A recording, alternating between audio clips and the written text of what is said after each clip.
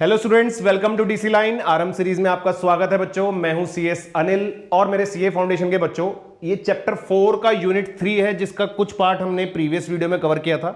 ठीक है, remaining part हम आज कवर करते हैं बच्चों। तो चलिए स्टार्ट करते हैं जल्दी से।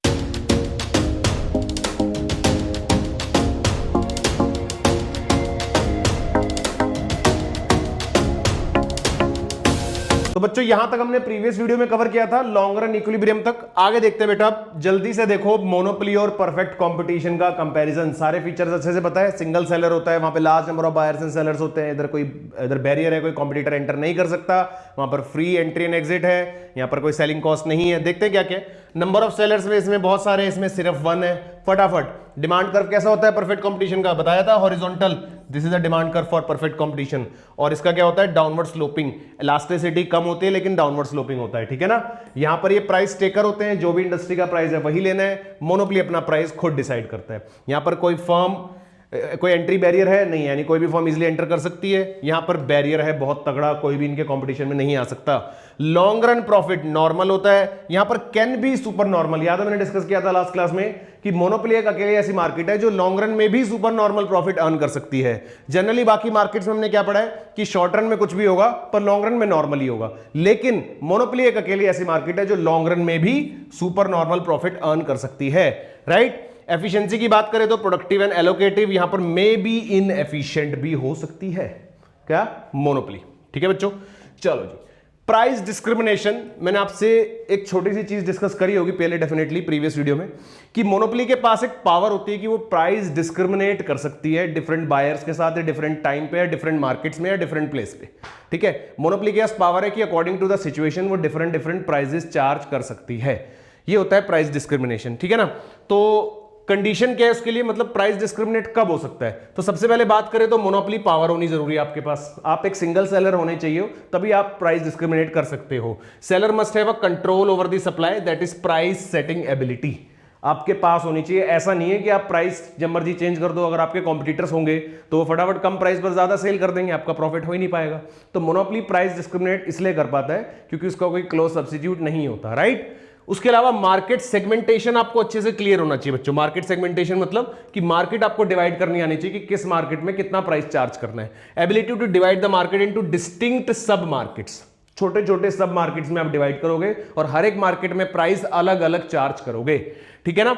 डिफरेंट प्राइस इलास्टिसिटीज, जिस मार्केट में इलास्टिसिटी कम होगी वहां पर आप ज्यादा प्राइस डिस्क्रिमिनेशन कर सकते हो, मतलब ज्यादा फ्लक्चुएटेड प्राइस चार्ज कर सकते हो। राइट। और जिस मार्केट में इलास्टिसिटी ज्यादा है वहां पर आप फ्लक्चुएशन कम रखोगे, वहां पर आपको पता है कंज्यूमर का रिस्पॉन्स ज्यादा आता है, तो आप जरूरत से ज्यादा अगर प्राइस चार्ज करोगे तो कंज्यूमर भाग जाएगा। राइट। तो demand must be more in elastic, जितनी इन इलास्टिसिटी ज्यादा होगी उतना आप प्राइस डिस्क्रिमिनेशन ज्यादा कर पाओगे। In one market charge higher prices and more elastic in the other charge lower prices. जहां पर इलास्टिक ज्यादा होगी वहां पर कम प्राइस होगा, जहां पर इन इलास्टिक ज्यादा होगी डिमांड वहां पर ज्यादा प्राइस चार्ज होगा। कोई आर्बिट्रेज नहीं होना चाहिए, यानी जहां पर आप प्राइस डिस्क्रिमिनेशन कर रहे हो उस जगह पर ऐसा नहीं होना चाहिए कि बायर आपसे परचेज करके उसको सेल कर रहा हो, रीसेल कर रहा हो आगे। डायरेक्ट कंज्यूमर होना चाहिए। ठीक है ना। यानी buyer from the low price market can not resell to the high price market. अगर ऐसा केस हुआ तो आप डिस्क्रिमिनेशन नहीं कर पाओगे बच्चों। ठीक है, चलो आगे देखते हैं। नाउ डिग्रीज, किस किस लेवल तक की प्राइस डिस्क्रिमिनेशन हो सकती है। पहले हम बात करें अगर फर्स्ट डिग्री यानी परफेक्ट डिस्क्रिमिनेशन, जिसके अंदर कंज्यूमर जितना मैक्सिमम विलिंग है पे करने के लिए उतना उससे ले लिया जाता है। Maximum price charge from the consumer in the first degree price discrimination. क्या बोला मैंने, each consumer charge maximum they are willing to pay entire consumer surplus, पूरा का पूरा उनका कंज्यूमर सरप्लस एक्सट्रैक्ट कर लिया जाता है मोनोपोली के द्वारा। ठीक है जी। यानी कि जैसे डॉक्टर्स, लॉयर्स या ऑक्शंस जब होती हैं तो ये क्या करते हैं, ये एक ऐसी सिचुएशन होती है जैसे कोई लॉयर है या कोई डॉक्टर है, जब कोई सिचुएशन होती है इमरजेंसी की तो होता है ना कि जो भी प्राइस बोले वो पे करना पड़ जाता है। सो this is a kind of first degree discrimination, जहां पर जितना मैक्सिमम कंज्यूमर से लिया जा सकता है या जितना वो मैक्सिमम पे करने के लिए रेडी है उतना उससे ले लिया जाता है। तो this is a kind of first degree price discrimination. फिर आता है बच्चों सेकंड डिग्री, जिसके अंदर different prices for different quantities, जो आपने सुना होगा बल्क डिस्काउंट या टायर्ड प्राइसिंग, यानी कि जब बांध देते हैं प्राइसेस को कि आप इसके साथ अगर ये लोगे तो इतना डिस्काउंट है, या फिर बल्क डिस्काउंट दे देते हैं कि अगर आप इतनी क्वांटिटी में लोगे तो आपको इतना डिस्काउंट मिलेगा। Right. This is called second degree. Example में फैमिली पैक से इलेक्ट्रिसिटी स्लैब्स। राइट। फिर आता है थर्ड डिग्री, जो थोड़ा सा और लेवल कम होता जा रहा है। Different prices for different consumer segment के बेसिस पर based on age, location and income. जैसे आपने देखा होगा स्टूडेंट डिस्काउंट्स होते हैं कई जगहों पर, या सीनियर सिटीजन फेयर्स या डंपिंग्स। ये सब क्या है, ये अकॉर्डिंग टू द एज या according to the consumer price charge हो रहा है। तो this is called third degree price discrimination, lowest possible form of price discrimination. ठीक है बच्चों, चलो इक्विलिब्रियम कैसा होता है? पर जब हम प्राइस डिस्क्रिमिनेट कर रहे हैं तो अंडर प्राइस डिस्क्रिमिनेशन किस तरीके का इक्विलिब्रियम चार्ज होता है? ठीक है, ये बात हो रही है। द डिस्क्रिमिनेटिंग मोनोपोली डिसाइड करती है total output where aggregate marginal revenue. हमने कंसेप्ट पढ़ा हुआ है कि marginal revenue should be equal to marginal cost. तो सेम बात आ रही है, एवरेज मार्जिनल रेवेन्यू को हम किसके इक्वल रख रहे हैं? मार्जिनल कॉस्ट के। Distribution between the market, output allocated so that MR in each sub market. देखो मेन बात जनरली हमने पढ़ा कि MR should be equal to MC, producer equilibrium, right. लेकिन अब हम पढ़ रहे हैं कि प्राइस डिस्क्रिमिनेशन, और वो अलग अलग मार्केट्स में होता है, सब मार्केट्स में। तो जितने भी मार्केट्स हैं सबका मार्जिनल रेवेन्यू उस फर्म के टोटल मार्जिनल कॉस्ट के इक्वल होना चाहिए। यानी एवरी मार्केट, सपोज दो सब मार्केट्स हैं, तो पहली मार्केट का एमआर, दूसरी मार्केट का एमआर, ये दोनों मिला के किसके इक्वल होने चाहिए? Marginal cost of the firm के। So this is will be the equilibrium condition in case of price discrimination. ठीक है बच्चों, prices in each market, price set according to the demand curve in each segment. जिसका demand curve ज्यादा elastic होगा वहां पे price अलग होगा, जिस वहां पे इलास्टिसिटी कम होगी वहां पर प्राइस अलग होगा, right. Higher price in less elastic discuss करा हमने, और lower price in more elastic. तो according to the elasticities demand curve अलग अलग होंगे, तो मार्जिनल रेवेन्यूज भी अलग अलग हो सकते हैं। पर हमें एक ऐसा पॉइंट चाहिए जहां पर मार्जिनल रेवेन्यू एक मार्केट का एंड मार्जिनल रेवेन्यू दूसरी मार्केट का, ये दोनों इक्वल हो जाए marginal cost of the firm के। ठीक है, so this will be the equilibrium condition under price discrimination of monopoly. ठीक है बच्चों, चलो डायग्राम देखते हैं फटाफट से। ये सब मार्केट ए है जिसके अंदर एक डाउनवर्ड स्लोपिंग कर्व है जिसमें इलास्टिसिटी अलग है। यहां पर आप देखेंगे ज्यादा फ्लैटर हो गया कर्व। इन दोनों को जब हम सबमिशन करके लाए यहां पर, तो देखो इलास्टिसिटी का डिफरेंस यहां से चेंज हो रही है इलास्टिसिटी।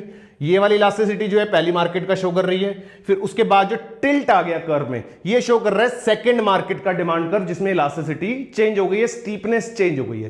पहले ज्यादा स्टीप था एंड आफ्टर दैट फ्लैटर हो गया, राइट। तो दोनों मार्केट्स का डिमांड कर्व जब हम तीसरे में टोटल करके लाए हैं, so that is the situation of equilibrium. ठीक है बच्चों, चलो तो देखो यहां पर एक पॉइंट हमने ऐसा एलोकेट करा ना, ये एमआर इसका, ये दूसरे का एमआर को कट करता हुआ आ रहा है, और ये इसके मार्जिनल कॉस्ट के इक्वल। सो दोनों मार्केट्स का जब मार्जिनल रेवेन्यू एक मोनोपोली फर्म के मार्जिनल कॉस्ट के इक्वल होगा, तो हम कहेंगे this will be the equilibrium condition for price discrimination under monopoly. ठीक है बच्चों, चलो जी फॉर्मूला, ये रिलेशनशिप हमने कुछ पढ़ा हुआ लग रहा है, कुछ ऐसा पढ़ा है हमने, है ना। बस हमने शायद प्राइस की जगह एवरेज रेवेन्यू पढ़ा होगा। MR will be equal to AR into में 1 माइनस 1 अपॉन ई। तो ये एक ही बात है, इसको ऐसे लिखो या ऐसे लिखो, एक ही बात है।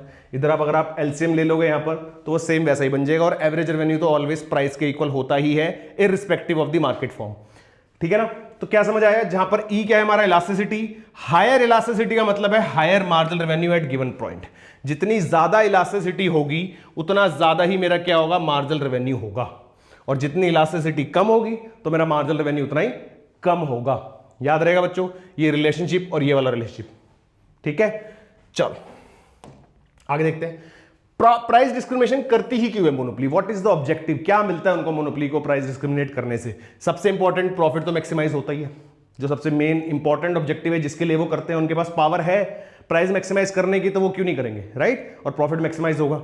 फिर उसके अलावा उनके पास सरप्लस स्टॉक है, उसको निकालना है, वो भी खत्म करना जरूरी है, नहीं तो वेस्टेज हो जाएगी। फिर achieve the economies of scale, एक अच्छे लेवल पर अपने इकोनॉमीज ऑफ स्केल यानी कि अपने बिजनेस को एक अच्छे स्केल पे लेके जाते हैं। कैप्चर दी फॉरेन मार्केट्स, जिस तरह से प्राइस डिस्क्रिमिनेट करते हैं वो एक टॉप ऑफ दिस पे आ जाते हैं मार्केट्स में, और वो फॉरेन मार्केट को भी कैप्चर कर पाते हैं। फिर promote the equity, help the poor people, मतलब जरूरी नहीं है कि ज्यादा चार्ज हो, कम जगहों पे कम भी चार्ज होता है। जहां पर लो पेइंग कैपेसिटी वाले लोग हैं तो वहां पर लो भी चार्ज होता है, तो इसलिए कहा जा रहा है प्रमोट इक्विटी। ठीक है बच्चों, चलो प्राइस डिस्क्रिमिनेशन के इफेक्ट्स। पहले तो ऑब्जेक्टिव थे कि क्या होता है, प्राइस डिस्क्रिमिनेट कर दिया, उसके क्या क्या कॉन्सिक्वेंसेज देखने को मिल सकते हैं। एक तो पॉजिटिव होगा कि enable the survival of some firms, कुछ फर्म्स का सर्वाइवल बन जाएगा, बेटर कैपेसिटी यूज होगी, essential services remains affordable for some, कुछ जो एसेंशियल सर्विसेज है वो तो सेम रहेगी, है ना। और कुछ मार्केट्स क्या हो जाएंगी, सर्वाइव भी कर सकती है, क्योंकि उनके प्राइस चार्ज करने की वजह से सपोर्टिंग मार्केट्स को भी रोल मिल जाता है कुछ, राइट। नेगेटिव क्या हो सकता है, रिड्यूसेस द कंज्यूमर सरप्लस। अगर फर्स्ट डिग्री प्राइस डिस्क्रिमिनेशन हो गया तो सारा का सारा कंज्यूमर सरप्लस एक्सट्रैक्ट हो जाएगा, राइट। तो may lead to welfare loss, और प्राइस हमारा मार्जिनल कॉस्ट से ज्यादा हो जाएगा अगर, तो एक वेलफेयर लॉस भी होता है। है ना, कि जितनी मार्जिनल कॉस्ट है, एक मोनोपोली के पास अकेले ऐसी पावर है कि वो अपने मार्जिनल कॉस्ट से ज्यादा प्राइस चार्ज करती है और सारा का सारा कंज्यूमर सरप्लस एक्सट्रैक्ट कर सकती है। राइट, क्या क्या की पॉइंट्स है एक बार जल्दी से गो थ्रू करते हैं। प्राइस डिस्क्रिमिनेशन, मोनोपोली पावर होना जरूरी है। No close substitute and prevent the resale, ये जरूरी है कि कोई क्लोज सब्स्टिट्यूट ना हो और आप रीसेल भी ना कर सकते हो, तभी आप प्राइस डिस्क्रिमिनेट कर सकते हो, अदरवाइज पॉसिबिलिटी नहीं है। फिर इलास्टिसिटी का क्या रूल है, जो मैंने पढ़ा, जहां पे इलास्टिसिटी कम वहां पर प्राइस ज्यादा, जहां पे इलास्टिसिटी ज्यादा वहां पे प्राइस कम। Charge more where elastic where demand is inelastic, first degree में एंटायर कंज्यूमर सरप्लस हो जाता है, और थर्ड में बात करें तो मोस्ट कॉमन इन प्रैक्टिस जैसे रेलवे, यूटिलिटीज या डंपिंग्स में। ठीक है बच्चों, फटाफट से गो थ्रू हो गए सारे पॉइंट, दोबारा से आगे देखते हैं। मोनोपोली के कुछ नेगेटिव इफेक्ट्स। जब एक मोनोपोली है, एक सिंगल सेलर है, उसने मार्केट के ऊपर एक कहीं ना कहीं बर्डन डाल दिए, ज्यादा प्राइस चार्ज करके या ज्यादा चीजों को क्या करके कि सिचुएशन के हिसाब से डिमांड अपने आप बढ़ा रहे हैं, प्राइस बढ़ा रहे हैं, तो इसके कुछ नेगेटिव इफेक्ट्स भी हो सकते हैं। एक तो माइंड में सबसे पहले क्या आता है, वही कंज्यूमर सरप्लस वाला पॉइंट, कि कंज्यूमर सरप्लस एक्सट्रैक्ट हो जाता है सारा, है ना, दूसरी मार्केट्स को भी डोमिनेट करते हैं sometimes. Higher prices and lower output compare to perfect competition, अगर हम कंपेयर करें परफेक्ट कंपटीशन से तो प्राइसेस ज्यादा पर आउटपुट उतना नहीं।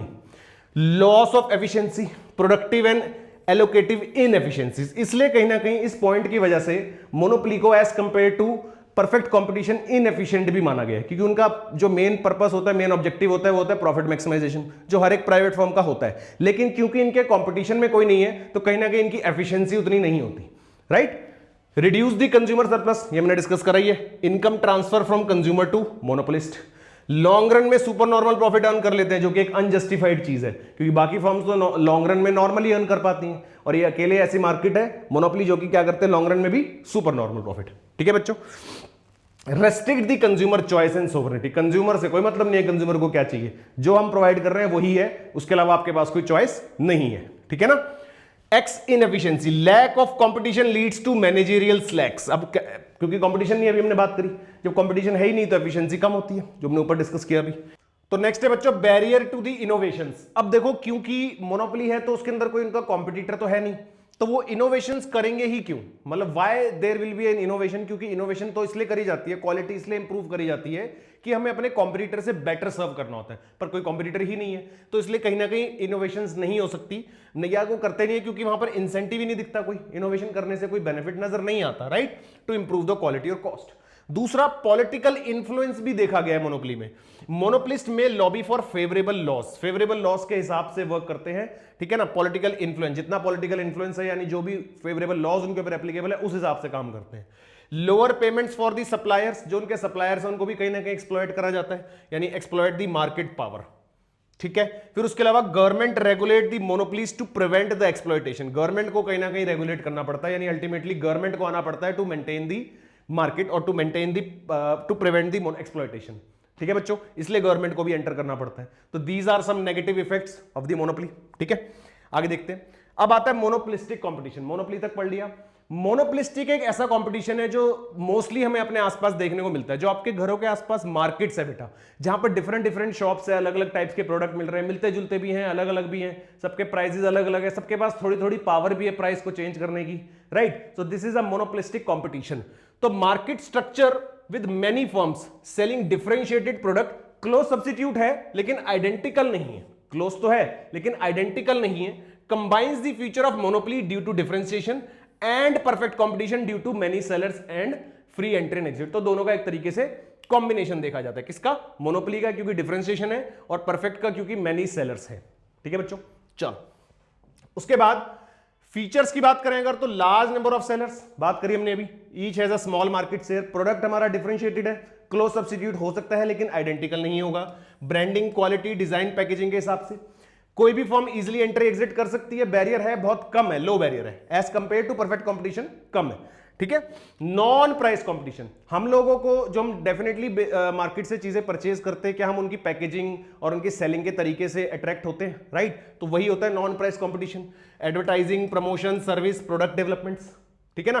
फिर आता है डाउनवर्ड स्लोपिंग डिमांड कर्व। मैंने आपको लास्ट क्लास में बताया था बच्चों कि हमारा जो डिमांड कर्व है मोनोपोली और मोनोपोलिस्टिक दोनों के लिए डाउनवर्ड स्लोपिंग होगा, लेकिन अगर आप इसको कंपेयर करें मोनोपोली से, तो मोनोपोली के अंदर इलास्टिसिटी क्या होती है, कम होती है, मतलब मोनोपोली का कर्व हमारा ज्यादा स्टीपर होगा, मोनोपोलिस्टिक में ज्यादा फ्लैटर होगा, और परफेक्ट में क्या होता है, पूरा का पूरा परफेक्टली इलास्टिक। तो हम कह सकते हैं कि मोनोपोलिस्टिक का जो डिमांड कर्व है वो इससे तो क्या कहते हैं कम इलास्टिक है, लेकिन इससे ज्यादा है, यानी मोनोपोली से ज्यादा लेकिन परफेक्ट से कम। तो देखो, more elastic than monopoly but less elastic than perfect competition. ठीक है बच्चों, समझ आया? चलो फिर देखते हैं शॉर्ट रन इक्विलिब्रियम। बेटा इसका जो पहला पार्ट है वीडियो का, वो आप लोगों ने अगर अच्छे से देखा होगा तो ये सारे टॉपिक्स उसमें कवर्ड है। सिर्फ एक चीज का फर्क है, देखो बहुत छोटा सा, जो आप बच्चे आराम से समझ जाओगे। क्या कि मोनोपोली के जो हमने डायग्राम्स बनाए थे सेम डायग्राम्स बनेंगे, बस इसमें स्टीपनेस थोड़ी ज्यादा रहेगी। ये थोड़े सॉरी स्टीपनेस बोल रहा हूं, फ्लैटर थोड़े ज्यादा रहेंगे। हमारा जो मोनोपोली होता है वो ज्यादा स्टीप होता है, मोनोपोलिस्टिक ज्यादा फ्लैटर होता है। उसके अलावा जो केसेस हैं, जैसे सुपर नॉर्मल के लिए यहां से बनेगा, है ना, नॉर्मल के लिए टच करता हो जाएगा, राइट, लॉस के लिए ये ऊपर बनेगा ऐसी। तो ये सारे केसेस और जो उनके अंदर बॉक्सेस बनते थे, सारा क्राइटेरिया सेम है, इक्विलिब्रियम की कंडीशन भी सेम है, MR is equals to MC वाली। ठीक है बच्चों, याद है सारा कुछ? चलो देखते हैं। तो ये MR is equals to MC, MC cuts from MR from below, या एमसी शुड बी राइजिंग, एक ही बात है। सुपर नॉर्मल प्रॉफिट भी हो सकता है, जैसे प्राइस अगर इससे बड़ा हुआ तो प्राइस बड़ा हुआ मतलब एवरेज रेवेन्यू। क्या कंडीशन थी बच्चों? Average revenue greater than average cost, super normal profit के लिए। लॉस के लिए क्या थी कि average revenue will be less than average cost. ठीक है बच्चों, बात क्लियर हुई? चलो इनकर लॉसेस ये बता दिए मैंने। Price sets on demand curve above the equilibrium output, equilibrium output से ऊपर प्राइस सेट हो जाता है। तो price set according to the situation की शॉर्ट रन में क्या अर्न हो रहा है बिजनेस में, right. Free entry and exit long run में क्या होगा? देखो एक्सेप्ट मोनोपोली, जो जितनी भी मार्केट फॉर्म्स है, परफेक्ट है मोनोपोली नहीं, परफेक्ट मोनोपोलिस्टिक जो मार्केट फॉर्म्स है हमारी, वो क्या अर्न करेंगी लॉन्ग रन में? सिर्फ और सिर्फ नॉर्मल प्रॉफिट। रीजन मैंने बहुत अच्छे से बताया लास्ट क्लास में, फिर से बता देता हूं कि अगर शॉर्ट रन में सुपर नॉर्मल प्रॉफिट होगा तो वहां पर और फर्म्स आ जाएंगी, तो जो एग्जिस्टिंग फर्म्स का रेवेन्यू है वो कम हो जाएगा, कॉस्ट बढ़ जाएगी, नॉर्मल प्रॉफिट हो जाएगा। और अगर एग्जिस्टिंग लॉस हो रहा है तो जो एग्जिस्टिंग मार्केट में फर्म्स है वो छोड़ के जाएंगी वहां से, तो जो फर्म्स रह जाएंगी, सर्वाइव कर लेंगी वहां पे, उनका रेवेन्यू बढ़ जाएगा और कॉस्ट कम हो जाएगी, यानी ultimately it will lead to normal profit. ठीक है बच्चों, तो free entry and exit ensure the normal profit long run में। Excess capacity, firm does not produce at minimum average cost. जब लॉन्ग रन आ जाता है तो अब फर्म अपने मिनिमम एवरेज कॉस्ट पे नहीं है, अब उनकी एवरेज कॉस्ट बढ़ रही होती है, मिनिमम एवरेज कॉस्ट का कंसेप्ट खत्म हो जाता है लॉन्ग रन में। ठीक है ना। तो AR curve become tangent to, tangent होगा तभी तो नॉर्मल प्रॉफिट होगा, अभी डिस्कस किया था हमने, और लास्ट क्लास में बहुत अच्छे से बताया हुआ है नॉर्मल प्रॉफिट कहां होता है। ठीक है बच्चों, तो नॉर्मल प्रॉफिट मतलब जब ये टेंजेंट होते हैं। क्लियर है? चलो तो देखो डायग्राम फटाफट से, ये लॉस वाला केस है शॉर्ट रन में, और ये जब टेंजेंट हो जाएगा तो that is a case of normal profit in the case of long run. Clear है बच्चों अच्छे से? चलो कंपैरिजन देखें जल्दी से फटाफट, तीनों market, perfect, monopoly, monopolistic. Perfect में क्या होता है? मेनी सेलर्स, मोनोपोली में एक, इसमें मेनी सेलर्स। यहां पर होमोजीनियस, कोई क्लोज सब्स्टिट्यूट नहीं होता मोनोपोली में, यहां पर डिफरेंशिएटेड हो सकते हैं close substitute but not identical. Entry यहां पर बिल्कुल भी नहीं है, एंट्री बैरियर कोई भी आ जा सकता है, यहां पर तो अच्छा खासा बैरियर है, मोनोपोली के साथ कोई कंपीट नहीं कर सकता। इसमें थोड़ा सा कम है एज कंपेयर टू परफेक्ट। इसमें डिमांड कर्व होता है हॉरिजॉन्टल स्ट्रेट लाइन परफेक्ट में, इसमें डाउनवर्ड स्लोपिंग, इसमें डाउनवर्ड स्लोपिंग। लेकिन जो मोनोपोली का डाउनवर्ड स्लोपिंग है बच्चों, उसमें इलास्टिसिटी कम होगी, जो मोनोपोलिस्टिक का है उसमें इलास्टिसिटी ज्यादा होगी। ये भी ऐसे भी याद रख सकते हो आप। ठीक है ना।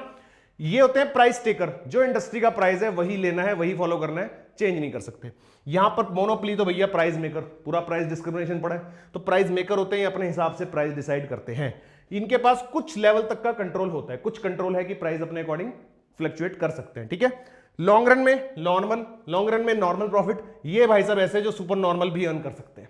मोनोपोली का लॉन्ग रन में सुपर नॉर्मल भी पॉसिबल है। ठीक है ना। एफिशिएंसी, ये प्रोडक्टिव एंड एलोकेटिव होते हैं। ये क्या है हमारे पास? Excess capacity not at minimum average total cost, लेकिन एक्सेस कैपेसिटी में चले जाते हैं ये। लेकिन जो मोनोपोली है उसको हम क्या मानते हैं? इनएफिशिएंट है। इनएफिशिएंसी क्यों? क्योंकि कोई कंपटीशन है नहीं, तो क्वालिटी मेंटेन नहीं होती। ठीक है बच्चों। चलो अब आता है बारी ओलिगोपोली की। ये बाकी मार्केट से थोड़ा सा अलग कैसे? इसके अंदर है फ्यू सेलर्स। ये लाइक अ मोनोपोली वर्क करता है, लेकिन इसके अंदर सिंगल सेलर नहीं होता, कुछ सेलर्स मिलके काम करते हैं, तो इसको हम क्या बोलते हैं बच्चों? ओलिगोपोली। ठीक है बच्चों। तो few sellers, market dominated by handful of the large firms. जब भी ओलिगोपोली आप नाम सुनो, जैसे मोनोपोली के लिए आपको याद रखना है माइंड में हमेशा इंडियन रेलवे, मोनोपोली के लिए तो आपको इजीली उसके फीचर्स और सारी चीजें याद कर पाओगे और आप कनेक्ट कर पाओगे। ऐसे ही ओलिगोपोली जब भी आप नाम सुनोगे तो आपके माइंड में आनी चाहिए जो ऑयल प्रोड्यूसर कंपनीज हैं वो, जैसे कि आप पेट्रोल पंप्स कितनी कंपनीज के देखते हो, हिंदुस्तान पेट्रोलियम, इंडियन ऑयल, ये सब तो देखते हो दो तीन, राइट। तो इसलिए हम कह सकते हैं ओलिगोपोली का एग्जांपल है वो, है ना। तो क्या होता है, फ्यू सेलर्स मिलके जहां पर काम करते हैं, अब वो हो सकता है आपस में कॉम्पीट करें या कॉपरेट करके काम करें, वो होता है टाइप्स ऑफ ओलिगोपोलीज, पर it is an example of oligopoly. ठीक है बच्चों, इंटरडिपेंडेंस होती है, यानी एक का जो भी डिसीजन होगा सबका इफेक्ट होगा, उससे सबकी पॉलिसीज इफेक्ट होगी, कोई इनके साथ भी कंपटीशन में नहीं उतर सकता। They are like monopoly but with few sellers, तो इनके साथ भी कोई इजीली कंपटीशन में नहीं आ सकता। Economies of scale, patent and control over resources की वजह से कोई भी इनके साथ कंपटीशन में नहीं आ सकता। नॉन प्राइस कंपटीशन भी देखने को मिलता है यहां पर, जैसे मोनोपोलिस्टिक में था, heavy advertisement, branding and product differentiation. ठीक है, ग्रुप बिहेवियर, फर्म में कोल्यूड यानी मिलके भी काम कर सकती हैं, कॉम्पीट भी कर सकती है, कोई सिंगल थ्योरी नहीं है या कोई सिंगल फिनोमिना नहीं है कि ऐसे ही होगी ओलिगोपोली, दोनों हो सकती है, कोऑपरेटिव भी हो सकती है, कॉम्पिटिटिव भी हो सकती है। ठीक है बच्चों, चलो ये आ गया हमारे पास बच्चों टाइप ऑफ ओलिगोपोली। क्या आ गई, टाइप ऑफ ओलिगोपोली में बात करते हैं। देखो किसी भी टाइप की हो सकती है ओलिगोपोली हमारे पास। बोले तो प्रोडक्ट डिफरेंशिएशन, देखो देखते हैं अकॉर्डिंग टू देयर कैटेगरीज कौन कौन सी बच्चों, फटाफट से। प्योर वर्सेस डिफरेंशियल, अगर तो बेस्ड ऑन प्रोडक्ट यानी कि बिल्कुल सेम प्रोडक्ट सेल कर रही है तो वो क्या होगी, प्योर ओलिगोपोली होगी। कॉल्यूसिव वर्सेस कॉम्पिटिटिव क्या होगी, कि जहां पर वो कॉपरेट कर रही है एक दूसरे के साथ तो वो तो होगी कॉल्यूसिव, और कॉम्पिटिटिव उसको ऑपोजिट, कि आपस में वो कंपटीशन में काम कर रही है, राइट। फिर आ गई ओपन वर्सेस क्लोज्ड, कोई और उनके साथ अगर कंपटीशन में आ सकता है इजीली तो वो होगी ओपन, और क्लोज क्या है कि जहां पर पूरी तरह से बैरियर है। पार्शियल यानी जहां पर प्राइस लीडरशिप पूरी अच्छी तरीके से है, किसी एक डोमिनेंट फॉर्म के ऊपर पूरी की पूरी लीडरशिप है उनके पास अगर, तो वो होगी फुल, मतलब क्या कहते हैं कि पार्शियल कंट्रोल है, बाकी सबके पास, एक के पास कंट्रोल ज्यादा है। और फुल क्या होगा, जहां पर सबके पास इक्वल कंट्रोल है प्राइस का। फिर आता है सिंडिकेटेड वर्सेस ऑर्गेनाइज्ड। ऑर्गेनाइज क्या हो गया कि ऑर्गेनाइज तरीके से चल रही है, सिंडिकेटेड हम कह सकते हैं कि अलग अलग, मतलब based on their selling arrangements के बेसिस पर अगर वो अलग अलग काम कर रही है तो वो सिंडिकेटेड होगी। ठीक है बच्चों, चल अब प्राइस एंड आउटपुट डिटर्मिनेशन, जो हमने बेटा वो केसेस पढ़े सुपर नॉर्मल, नॉर्मल और लॉस वाले बाकी मार्केट फॉर्म्स में, वो ओलिगोपोली में देखने को नहीं मिलते। तो अच्छी बात है, करने नहीं पड़ेंगे, राइट। लेकिन क्यों नहीं मिलते, क्योंकि यहां पर डिमांड का पैटर्न जो है वो फिक्स नहीं है। बात करेंगे अभी उसके बारे में। आप लोगों ने छोटी क्लासेस में पढ़ा होगा कि ओलिगोपोली जब पढ़ाया जाता था कि demand curve does not exist या कैन नॉट बी डिटरमाइंड। अब हम डिमांड कर्व पढ़ेंगे, और वो क्यों पहले ऐसे पढ़ाया जाता है कि डज नॉट एग्जिस्ट, उसका भी रीजन देखेंगे। क्योंकि डिमांड कर्व की अचानक से इलास्टिसिटी चेंज हो जाती है, सेम प्राइस पर ही, सेम प्राइस लेवल पर ही दो अलग अलग इलास्टिसिटीज एग्जिस्ट कर सकती है, इसलिए एक परफेक्ट डिमांड कर्व एग्जिस्ट नहीं करता। ठीक है ना, इसलिए आपको छोटी क्लासेस में बता दिया जाता था कि demand curve does not exist, लेकिन होता है। तो देखते हैं कैसे। No single model to strategic due to strategic interdependence, आपस में इतनी ज्यादा इंटरडिपेंडेंस है कि कोई ऐसा मॉडल है ही नहीं कि लॉस होगा या सुपर नॉर्मल प्रॉफिट होगा कि नॉर्मल प्रॉफिट होगा, इसलिए वो प्राइस एंड आउटपुट डिटर्मिनेशन का कंसेप्ट यहां पर नहीं पढ़ते। फर्म जो है वो इग्नोर भी कर सकते हैं इंटरडिपेंडेंस को, यानी कि सेट प्राइस जहां पर MR equals to MC, producer equilibrium वाला पॉइंट जो बाकियों में होता है, या फिर प्रेडिक्ट कर सकते हैं राइवल का रिएक्शन, यूज कर सकते हैं कॉर्नेट, स्टैकेटबर्ग और बर्टन मॉडल। ये अलग अलग मॉडल्स हैं जिसके अंदर बताया गया कि राइवल के आप रिएक्शंस को प्रेडिक्ट करके कैसे अपना प्राइस सेट कर सकते हो। तो ये एक और तरीका आ गया, यानी कोई फिक्स पैटर्न है ही नहीं कि वो प्राइस कैसे सेट कर रहे हैं, तो ये अलग अलग तरीके हैं जहां से वो कर सकते हैं। कॉल्यूड यानी कि आपस में वो क्या कर सकते हैं, मोनोपोली की तरह हैंडशेक करके काम कर सकती है, लाइक कार्टल्स। कार्टल्स क्या होता है बच्चों, कार्टल्स का मतलब है ग्रुप ऑफ प्रोड्यूसर्स और ग्रुप ऑफ सेलर्स। जब कुछ लोग मिलके काम करते हैं, मिलके सेलर बन जाते हैं, तो they are called cartel, like OPEC. OPEC है ऑयल पेट्रोलियम की जो हमारी कंपनीज है वो, तो वो they act as a cartel. ठीक है बच्चों, चलो प्राइस लीडरशिप की बात करी हमने। डोमिनेंट फॉर्म सेट दी प्राइसेस, बाकी उसको फॉलो करते हैं। टाइप में सबसे पहले डोमिनेंट फॉर्म लीडरशिप है अगर, तो यानी कि लार्जेस्ट फॉर्म जो होगी वो प्राइस सेट करेगी। और अगर लो कॉस्ट फॉर्म लीडरशिप है, यानी कि उस केस में जो सबसे ज्यादा एफिशिएंट फॉर्म है वो प्राइस सेट करेगी।